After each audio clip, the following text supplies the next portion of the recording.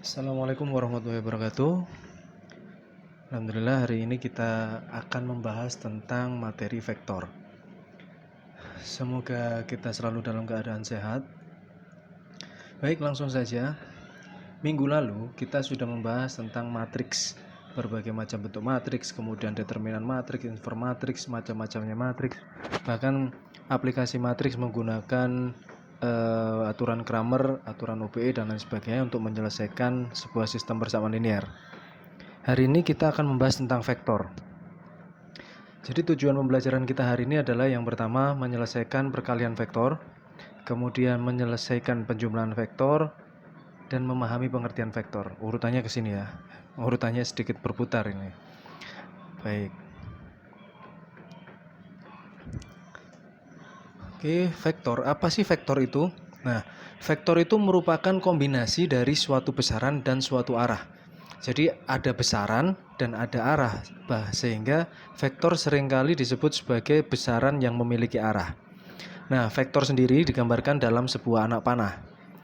Panjang panah itu menyatakan besarnya vektor. Jadi contohnya seperti ini. Kemudian arah panah itu menunjukkan arah vektor. Nah, ekor panah ini dinamakan titik awal dan ujung panah dinamakan titik terminal. Nah, seperti ini. Ini adalah titik awalnya dan di sini adalah terminalnya. Sehingga penulisan vektor di sini ini bisa jadi vektor PQ atau boleh kita wakilkan misal vektor PQ di sini adalah vektor V. Nah, bagaimana cara menulisnya? Contohnya di sini, jika titik awal suatu vektor V kurang tanda ini ya. Nah, adalah P dan titik terminalnya adalah Q di gambar ini. Startnya dari titik P dia menuju titik Q. Nah, maka bisa dituliskan ini adalah vektor PQ. Kemudian boleh kita misalkan V karena vektor V ini adalah dari P dan Q, berarti boleh kita tuliskan seperti ini. Nah, vektor V itu artinya vektor yang dimulai dari titik P menuju titik Q. Vektor sebagai kombinasi itu bisa ditulis sebagai vektor satuan I dan J. Contohnya di dua dimensi, kita punya bidang datar di sini, di R2. V sama dengan AI plus BJ. Artinya apa? Kita lihat titik P ini dimulai dari koordinat X, Y menuju titik Q yang koordinatnya adalah X plus A dan Y plus B. Sehingga jarak dari P ke Q menurut sumbu X ini adalah sejauh A, sedangkan arah ke atasnya sejauh B. Sehingga vektor dari P ke Q ini artinya dari titik awal P dia melaju searah sumbu X secara positif karena A-nya positif di sini sejauh A, kemudian bergerak ke atas searah sumbu Y sejauh B, sehingga bisa dituliskan V sama dengan AI plus BJ, atau bisa ditulis vektor V sama dengan AI dengan caping plus BJ. Tapi secara umum banyak buku yang menulis hanya seperti ini saja boleh. V sama dengan AI plus BJ. Nah, bagaimana dengan vektor di 3 dimensi? Sama halnya dengan vektor di 3 dimensi. Misal kita punya sumbu X, Y, dan Z di sini. Akibatnya, misal vektor kita punya vektor A, ibaratkan vektor A. A ini 2i plus 3j plus 4k. Nah, artinya I ini sejalan dengan sumbu X, J sejalan dengan sumbu Y, dan K sejalan dengan sumbu Z. Sehingga X-nya 2, ke arah X2, ke arah Y 3 satuan, dan ke arah Z 4 satuan. Nah, seperti ini. Nah, berarti inilah yang dinamakan sebagai vektor A dan arahnya dari titik 0 ke titik, misal di sini titik Q. Ibaratkan dari P ke Q. Nah, seperti ini. Ini pernah kita pelajari di kalkulus juga tentang 3 dimensi. Kemudian, sebuah vektor karena dia memiliki besaran, punya ukuran sehingga ada panjang, memiliki panjang. Panjang vektor V itu disimbolkan dengan V yang diberi garis mutlak. Nah, caranya sama dengan kita menggunakan konsep segitiga siku-siku atau teorema Pitagoras. Di sini saya ganti dulu warnanya. Nah, ibaratkan di sini, ini kan kita akan membentuk sebuah segitiga siku-siku di sini. Nah, sehingga untuk mencari panjangnya vektor PQ atau panjangnya vektor V di sini kita menggunakan konsep Pitagoras. Di sini A, di sini B. Sehingga akibatnya seperti ini. Panjang vektor V adalah akar dari A kuadrat ditambah B kuadrat. Nah, jadi kita menggunakan konsep segitiga siku-siku menggunakan teorema Pitagoras. Lalu apakah ada vektor itu yang tidak punya nilai? Ada. Jika titik awal dan titik terminalnya itu di tempat yang sama, akibatnya dia seolah-olah tidak bergerak. Dan itu disebut sebagai vektor 0. Jadi ada vektor 0 itu berarti dia adalah vektor yang besarannya adalah 0. Atau dia tidak bergerak. Nanti jika ada pertanyaan tentang materi dasar vektor ini, bisa kita diskusikan melalui Zoom. Baik, saya lanjutkan kepada kesamaan vektor. Nah, dua buah vektor akan dikatakan ekivalen atau sama jika keduanya memiliki panjang dan arah yang sama. Di sini saya punya 4 contoh pasangan vektor. Yang pertama yang vektor yang berwarna merah marun. Di sini kita lihat vektor ini punya satuan 3. Jadi besar vektor ini adalah 3, panjangnya 3. Vektor yang kedua juga panjangnya 3. Saya ibaratkan ini adalah vektor U dan ini vektor V. Di vektor U dan V, panjangnya sama-sama 3 dan arahnya sama.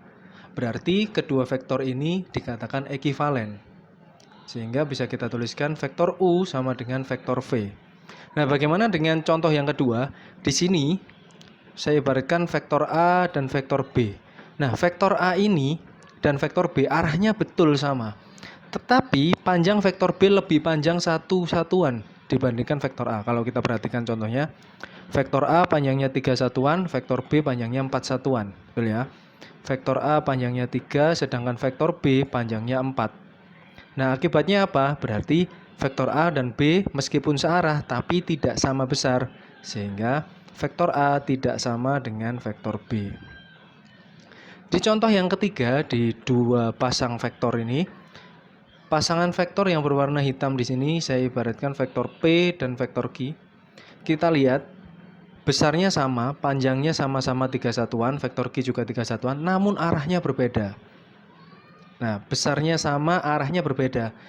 Karena syaratnya tadi panjang dan arahnya harus sama, maka di sini vektor P juga tidak sama dengan vektor Q. Demikian pula untuk vektor yang berwarna coklat ini, pasangan vektor yang berwarna coklat, saya ibaratkan di sini vektor K, di sini vektor L. Di sini panjang vektor K 3 satuan, panjang vektor L 4 satuan. Panjangnya sudah tidak sama, apalagi arahnya juga tidak sama. Otomatis tanpa pikir panjang, berarti vektor K juga tidak sama dengan vektor L. Nah, sehingga bisa kita pahami bahwa kesamaan vektor ilustrasinya seperti contoh yang pertama, yang berwarna merah marun di sini. Baik, kita lanjutkan ke pengoperasian vektor. Yang pertama adalah operasi penjumlahan vektor. Penjumlahan dan pengurangan vektor ini sebenarnya satu subbab yang sama. Jadi penjumlahan vektor otomatis juga sama dengan pengurangan vektor. Jadi saya satukan jadi satu subbab. Penjumlahan vektor itu dapat dilakukan dengan buah cara. Bisa menggunakan aturan segitiga, boleh menggunakan aturan jajar genjang. Bedanya apa? Tidak ada bedanya sebenarnya. Bedanya hanya di pengilustrasian. Oke. Nah, untuk mempermudah, paling mudah digunakan adalah aturan jajar genjang karena kita akan membentuk sebuah bentuk jajar genjang. Di sini, di contoh ini, saya punya dua vektor dasar yaitu vektor U yang berwarna orange dan vektor V yang berwarna biru. U arahnya ke sana, V arahnya ke kanan. Nah, bagaimana dengan U ditambah V? Nah, ilustrasinya seperti kita akan berangkat mulainya dari U. Kita mulai dari U di sini. Jalan, kemudian kita tambahkan V. Karena kita sudah sampai di sini kan nggak mungkin pulang lagi. Jadi kita buat vektor V ini yang searah. Nah, karena vektor V itu titik terminalnya boleh pindah-pindah selama titik terminalnya tidak ditentukan dari titik mana ke mana, berarti boleh kita pindah. Dan otomatis misal di sini saya punya vektor P, misal. Sehingga kalau kita lihat vektor P dan V ini ekivalen. Mereka sama, berarti sama saja U tambah V akan sama dengan U tambah P.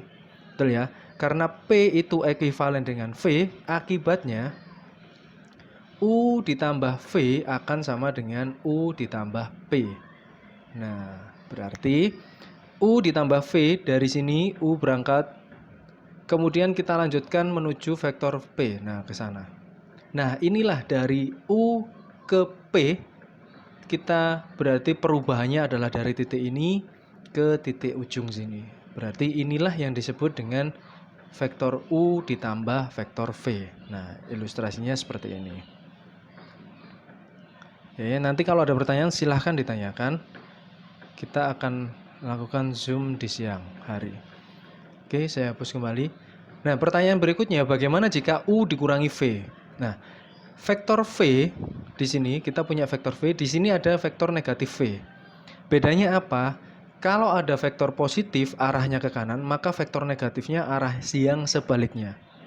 Jadi ilustrasi yang lain, kalau saya punya vektor di sini, ini vektor A, berarti kalau ini saya arahkan ke sana, ini disebut negatif A. Dengan catatan ini panjangnya harus sama. Dan arahnya harus saling bertolak belakang. Nah, dari situ, maka karena pertanyaannya adalah U dikurangi vektor V, itu kan sama dengan vektor U ditambah vektor min V. Nah, di sini vektor min V dan ini juga vektor min V, otomatis kan sama. Sehingga U, kita berangkat dari U, kemudian lanjut ke vektor negatif V, berarti ke sana arahnya. Nah, perubahan inilah dari titik awal di sini hingga titik terminal di sini, ini artinya adalah vektor U dikurangi vektor V. Nah, semoga bisa dipahami dengan baik. Sekarang kita lanjutkan bagaimana di contoh yang lain. Di sini ada segi 6 beraturan A, B, C, D, E, F. Vektor AB dinyatakan dengan vektor P, kemudian vektor BC kita nyatakan dengan vektor Q. Nah, pertanyaannya, nyatakan vektor BE dalam P dan Q. Bagaimana cara kita berangkat dari B ke E? Nah, dari sini berarti kita ingin mengarahkan dari B ke E ini. Bagaimana caranya? Nah, sebentar, saya hapus dulu. Wah, terhapus semua. Oke. Nah, karena ini segi 6 beraturan, akibatnya semua ini tersusun dari 6 bentuk segitiga sama sisi yang sama besar. Nah, sehingga karena kita hanya memiliki vektor P dan Q yang arahnya P seperti ini, Q seperti ini, berarti kan yang arah yang ini, yang saya buat titik-titik ini, garisnya putus-putus, berarti kan tidak ada itu. Seolah-olah itu kosong. Nah, bagaimana cara kita berangkat dari B menuju E melalui jalur yang ada ini. Nah, boleh kita macam-macam cara, boleh. Di sini saya contohkan untuk berangkat dari B menuju terminal E, maka saya harus melewati BC. Saya berangkat dulu lewat BC, kemudian dari C saya ke CO. Di sini saya ibaratkan titik O. Dari O saya menuju ke D, dari D saya menuju ke E. Nah, perhatikan, arahnya ke sana, kemudian ini ke kiri, ini ke atas, kemudian ini ke kiri lagi. Karena ini vektor Q, betul ya? BC adalah vektor Q. Bagaimana dengan CO? CO sama dengan vektor AB, namun berbeda arah.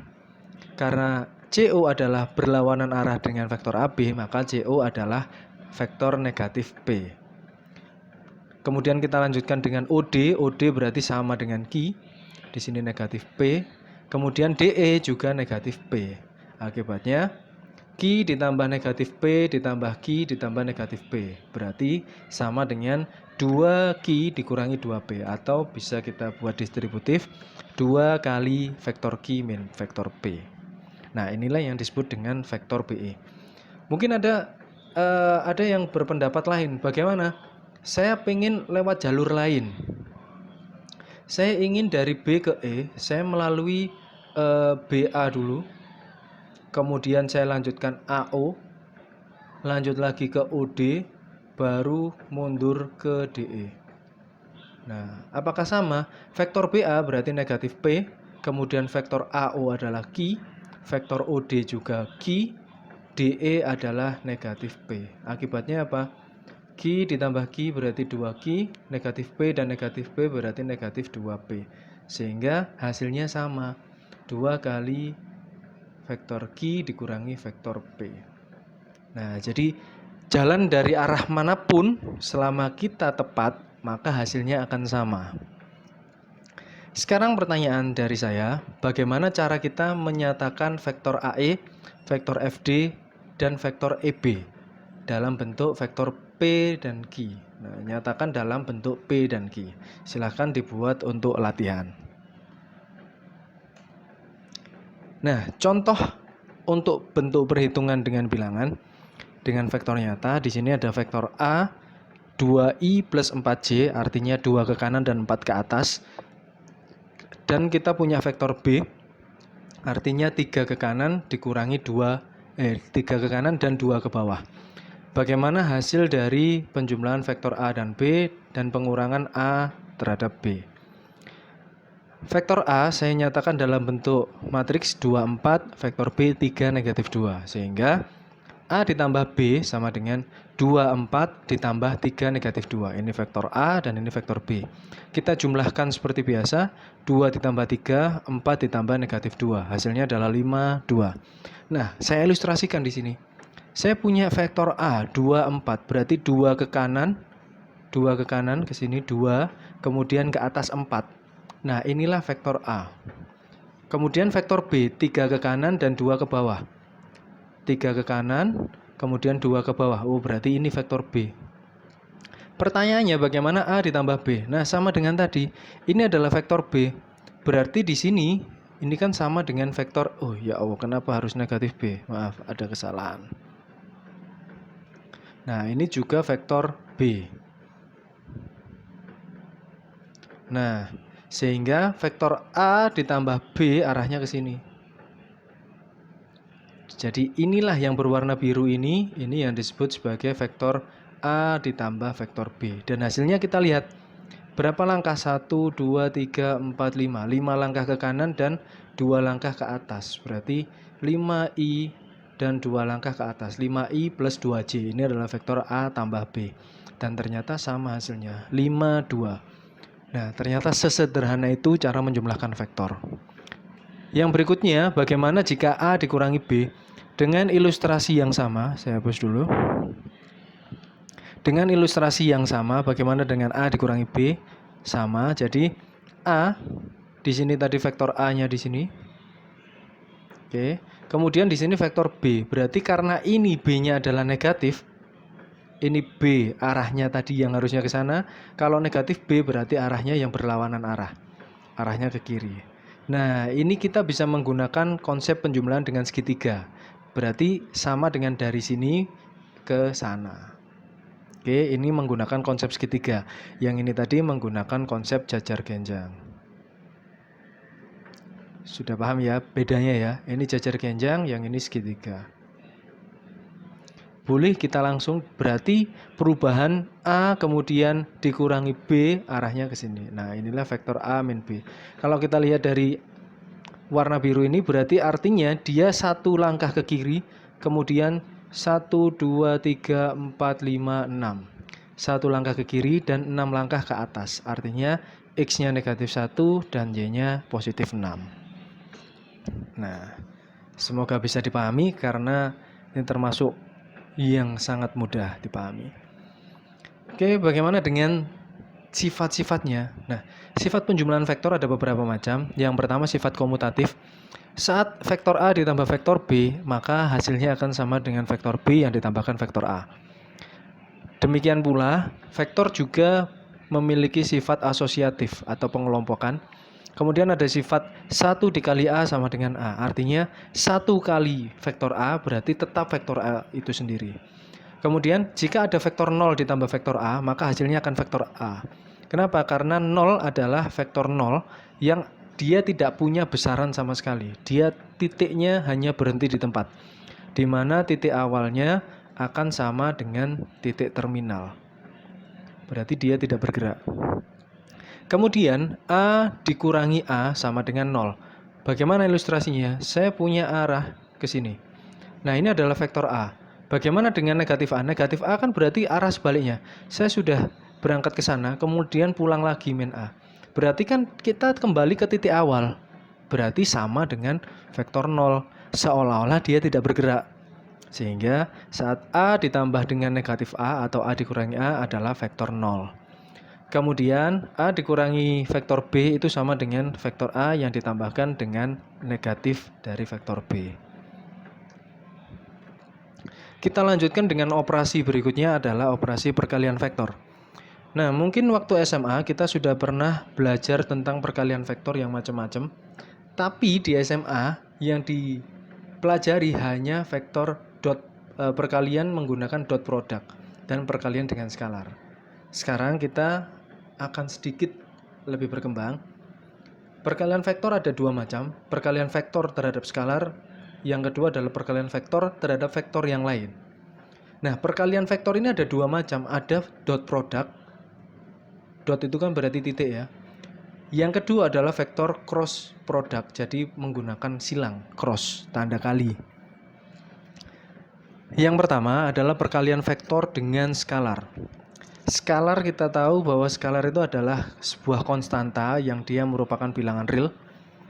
Sehingga K dikali vektor U sama dengan vektor V. Artinya K dikali AB, contoh di sini kalau di R2, K dikali AB berarti sama dengan KA dan KB. Artinya dia akan beberapa kali lipat dari vektor sebelumnya. Akibatnya apa? Vektor V itu akan segaris dengan vektor U. Nah, jika K-nya positif, maka arah V akan searah dengan U. Tapi kalau K-nya negatif, maka arahnya vektor V akan berlawanan dengan vektor U. Contoh seperti ini. Saya punya vektor U di sini. Kemudian bagaimana dengan 2U? Berarti kan 2 kali lipat. Nah, kalau U di situ berarti 2U, bentuknya seperti ini. Ini seolah-olah arahnya sama ya, karena saya menggunakan pulpen yang miring. Jadi ini U dan ini U, berarti dari sini ke sini adalah 2U.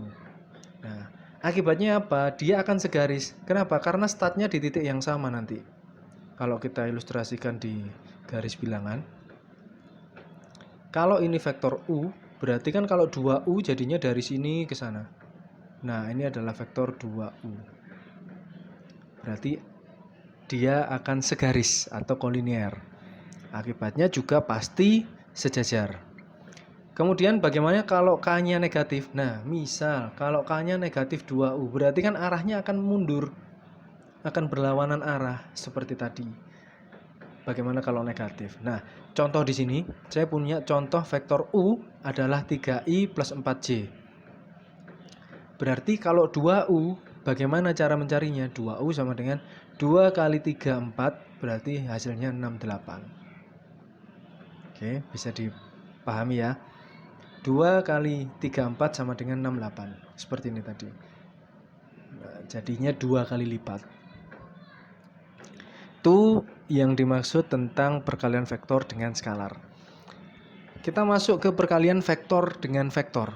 Yang pertama adalah vektor yang dikalikan menggunakan dot product. Jika U dan V adalah vektor-vektor di R2 dan R3 dan theta adalah sudut di antara U dan V, ilustrasinya seperti ini. Saya punya vektor U, saya punya vektor V. Sudut di antara dua vektor tersebut adalah theta. Maka hasil kali dari dot produknya U dot V didefinisikan sebagai berikut. Vektor U dot vektor V sama dengan panjang vektor U dikali panjang vektor V dikali cos theta, besaran dari cos theta itu tadi. Nah, bagaimana cara menghitungnya? Dot product ini disebut juga sebagai perkalian skalar. Kenapa? Karena hasilnya akan berupa skalar. Nah, jadi hasil dari dua vektor ini akan menjadi angka biasa, menjadi bilangan skalar. Di sini kalau saya punya vektor U sama dengan AI1 tambah B1J dan V, vektor V adalah A2I tambah B2J, maka tinggal kita kalikan. A1 kita kalikan dengan A2, sedangkan B1 kita kalikan dengan B2. Jadi I dikalikan dengan I, yang J kita kalikan dengan J, dan hasil perkalian tersebut kita jumlahkan. Nah, contohnya di sini.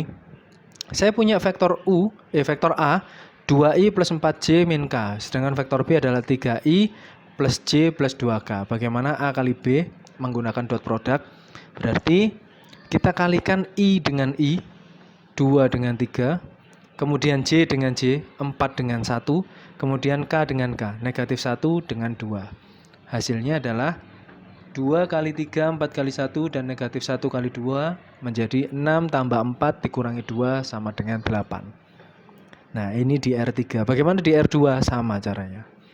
Nah, sifat-sifat antara perkalian vektor menggunakan dot product adalah U dikali V menggunakan dot product akan sama dengan V kali U. Jadi ada sifat komutatif di situ. Komutatif. Kemudian yang kedua adalah sifat distributif. Yang ketiga, K kali U dot V itu sama dengan KU kali V atau U kali KV. Atau sifat asosiatif. Kemudian jika ada vektor U dot vektor U akan sama dengan positif jika vektor U tidak sama dengan 0. Tapi U dot U akan sama dengan 0 jika vektor U sama dengan 0. Berarti kan kalau U-nya 0 akibatnya menjadi vektor 0 kali vektor 0, ya tetap vektor 0. Tapi kalau U-nya bukan vektor 0, di sini U bukan vektor 0, akibatnya hasil kalinya akan lebih dari 0.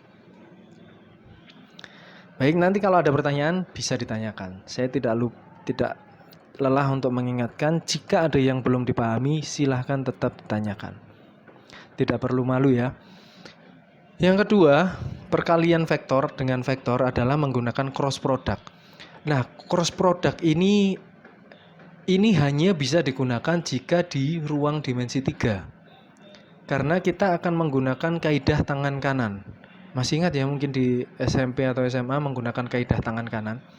Jadi di 3 dimensi X, Y, dan Z, contoh di sini. Ini hasilnya mana bolpennya ini. Nah, hasil kali antara vektor menggunakan cross product itu vektor sama dengan mengalihkan vektor yang tegak lurus terhadap kedua vektor yang dikalikan. Jadi contoh di sini saya punya vektor U yang di sini misalnya ini vektor U. Kemudian vektor V di sini. Kemudian di sini ada vektor yang lain. Nah, vektor yang lain ini harus tegak lurus terhadap U. Benar kan? Kalau ini di alas, berarti ini yang bentuknya tinggi. Otomatis ini dengan misal vektor W. Vektor U dengan vektor W akan tegak lurus, dan vektor W dengan vektor V juga akan saling tegak lurus. Nah, inilah yang dimaksud dengan cross product. Akibatnya cross product ini tidak bisa diaplikasikan pada bidang dimensi 2. Jadi harus di dimensi 3. Secara konsep, vektor U kali vektor V menggunakan cross product adalah panjang vektor U dikali panjang vektor V dikali sin theta dikali mu. Nah, mu di sini adalah vektor satuan yang tegak lurus dengan U dan V. Nah, di sini tadi. Ini bisa kita ibaratkan ini jadi mu-nya. Dan dia syaratnya harus tegak lurus terhadap vektor U, juga tegak lurus terhadap vektor V. Kok jadi hilang semua? Ya nggak apa-apa ya. Nanti bisa diulang videonya kalau ingin ditanyakan. Nah, secara sederhana, U cross V itu kita menggunakan bentuk matriks determinan. Jadi determinan dari matriks. Dari simbolnya tahu ya, vektor matriks determinan. Bagaimana cara menghitungnya? Kita ambil contoh di sini. Saya punya vektor A yaitu 2i plus 4j min k. Vektor B-nya adalah 3i plus j ditambah 2k. Bagaimana hasil dari A cross B? Nah, kita susun di sini I, J, K. Kemudian 2, 4, negatif 1 kita masukkan. 2, 4, negatif 1. 3, 1, 2 kita masukkan di matriksnya 3, 1, 2. Kemudian determinan untuk memudahkan kita buat 2 kolom lagi di sampingnya untuk memudahkan perhitungan seperti biasa yang minggu lalu kita bahas. Yang pertama, I dikali 4 dikali 2. Kemudian J kali negatif 1 kali 3, K kali 2 kali 1. Ini adalah vektor yang arahnya positif. Nah, kemudian vektor yang negatif. Saya buat warna ganti, warna merah. K kali 4 kali 3. Kemudian I kali negatif 1 kali 1, kemudian J kali 2 kali 2. Ini adalah vektor yang nilainya negatif. Oh, maaf kok vektor. Ini yang elemen yang nilainya negatif, sehingga kita hubungkan dengan tanda negatif. Hasilnya 8I dikurangi 3J ditambah 2K dikurangi 12K min I ditambah 4J. Kita operasikan seperti biasa, berarti hasilnya menjadi 9I dikurangi 7J dikurangi 10K. Sehingga bisa kita simpulkan, kalau ada vektor A dot vektor B, maka hasilnya akan berupa skalar. Tapi, jika vektor A cross vektor B, maka hasilnya akan kembali menjadi vektor lagi.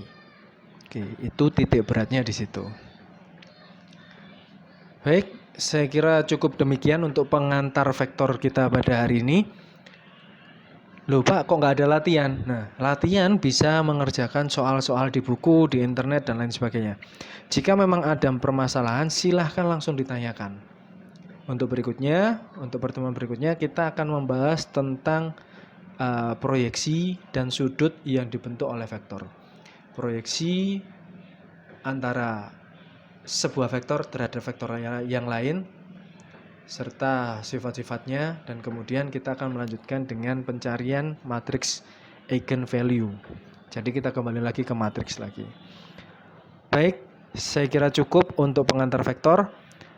Nanti kita akan konfirmasikan ini melalui Zoom agar tidak ada dusta di antara kita. Baik, tetap jaga kesehatan dan terima kasih atas perhatiannya. Saya akhiri untuk hari ini. Assalamualaikum warahmatullahi wabarakatuh.